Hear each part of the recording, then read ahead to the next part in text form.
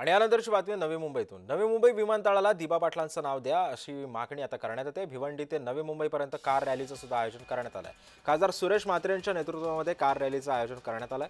दिबा पाटील यांचं नाव जोपर्यंत विमानतळाला देत नाही तोपर्यंत उद्घाटन होऊ देणार नाही असा आक्रमक इशारा शरद पवार गटाचे खासदार सुरेश मामा उर्फ बाळ्या मामा म्हात्रे यांनी दिलेला आहे। आज सकाळपासूनच या कार रॅलीला सुरुवात झालेली होती आणि याच कार रॅलीमधून आता दिबा पाटलांचं नाव नवी मुंबई विमानतळाला देण्यात यावं अशी मागणी आता सध्या लावून धरलेली आहे।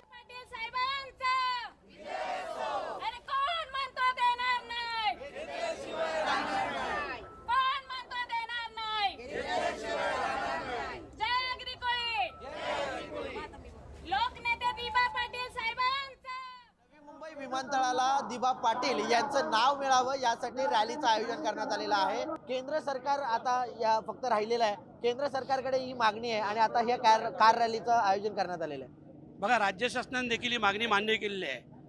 माझी राज्य शासनाच्या माध्यमातून मुख्यमंत्री महोदयांना विनंती आहे की आपण याच्यात लक्ष घाला। मराठा समाजासारखा एवढा मोठा जटिल प्रश्न आपण मार्गी लावला ना, तर मग आमचाही प्रश्न मार्गी लावा, आम्हालाही न्याय हक्क द्या, आम्ही आमचे कायमचे ऋणी राहू ना। पुढील लढाई कशा प्रकारे आगरी कोळी समाजाची असेल? बघा, 30 जुलैला मी संसदेत हा प्रश्न मांडला होता, मागणी केली होती।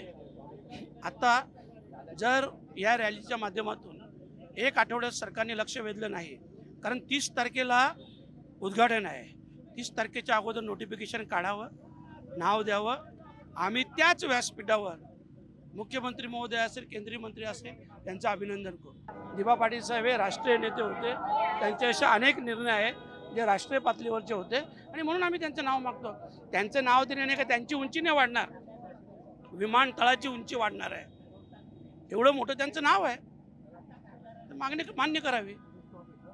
नक्कीच एकंदरीत पाहायचं झालं तर पंतप्रधान असतील, त्याचप्रमाणे मुख्यमंत्री असतील, यांना येत्या काळामध्ये पत्रव्यवहार करणार असल्याचं देखील खासदार सुरेश म्हात्रे यांनी सांगितलेलं आहे। व्हिडिओ जर्नलिस्ट सिद्धांत उबाळेसह कुणाल भोईटे, जय महाराष्ट्र न्यूज, ठाणे। तर आपण पाहतो भिवंडी ते नवी मुंबईपर्यंत कार रॅलीचं आयोजन करण्यात आलेलं आहे। जोपर्यंत दिबा पाटलांचं नाव या विमानतळाला लागत नाही तोपर्यंत आम्ही मागे हटणार नाही आणि या विमानतळाचं उद्घाटन सुद्धा होऊ देणार नाही असा आक्रमक इशारा जो आहे तो शरद पवार गटाचे खासदार सुरेश मामा म्हात्रे यांनी दिलेला आहे।